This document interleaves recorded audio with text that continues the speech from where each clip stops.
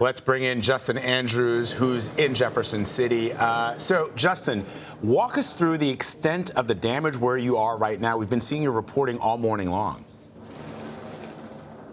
Yeah, the damage is pretty extensive. I want to show you how powerful we believe the winds was when they tore through Jefferson City. Take a look at this. You see this metal beam here? Well, let's go up because this man from U-Haul just flipped over a trailer here, actually caused some damage here to the U-Haul center here. He's actually just turned it back over, but let's pan right back down here.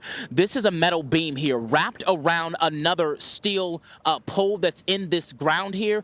This beam, the wind just literally tossed this thing and it's wrapped right around this pole. That's how powerful the winds were here in Jefferson City. And look over here. That's a car wash over there. You see lines, power lines just toppled over. A lot of emergency crews and media personnel also out here surveying some of this damage. But this is what I want to show you over here. You see this yellow little square here, this yellow metal? That's actually what we call like where they order their meals for the Sonic that's nearby. The Sonic is about 100 feet away from where this is. This service center blown all the way here, about several hundred feet away from that. The storms were powerful. Luckily, no one was killed in this, but the Jefferson City the Jefferson City Police Department and also the governor says there are several injuries in what hit last night here at the storm. I'm just looking at the twisted metal behind you, the big sheets of twisted metal behind you where that gas station is. I mean, you really do sort of, it all tells the tale of just how strong these winds were. So you talked about injuries,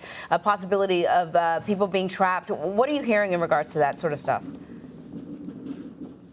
Well, we're hearing that a lot of people were actually trapped in their basements. Obviously, when we cover this, when we hit the air, we tell people to get at the lowest level of their homes. A lot of people here we're hearing actually did that.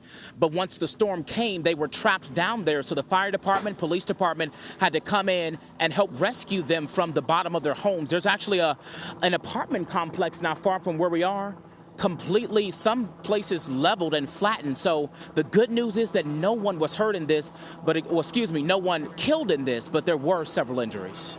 How much warning did people get? As I understand it, because I saw you earlier, your parents live in Jefferson City. Do you know how much warning they got?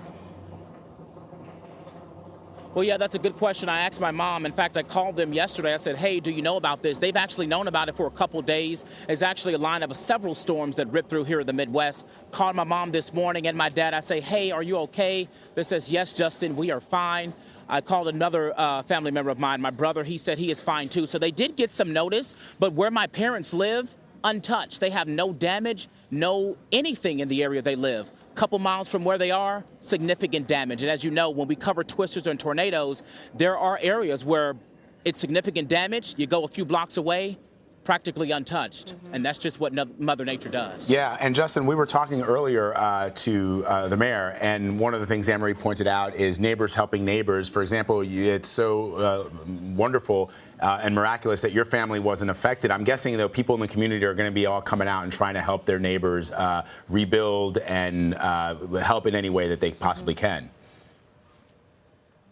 Absolutely. We saw a young man, I'd say he was between 16 and 18 years old. He was riding his bike, near the hardest hit areas here in Jefferson City. I said, hey, man, why are you riding your bike? He said, you know what? I've never seen anything like this. I've never lived through a tornado. He said, but I just want to do what I can to help those individuals who may be affected by this. That's community. That's what we see here in Jefferson City. And as an individual who was raised here in Jefferson City, I can attest to that. People really come together, not only in difficult times, but even in happy times. So we know they're really going to come together strong for a situation like this as they survey this damage. And the mayor pointed out that at times like this, you focus on the really, truly important things in life. You can rebuild, but if you have if you're alive and you have your loved ones, that's what is paramount. Indeed. Justin Andrews from our station KMOV. Thank you, Justin. We appreciate it.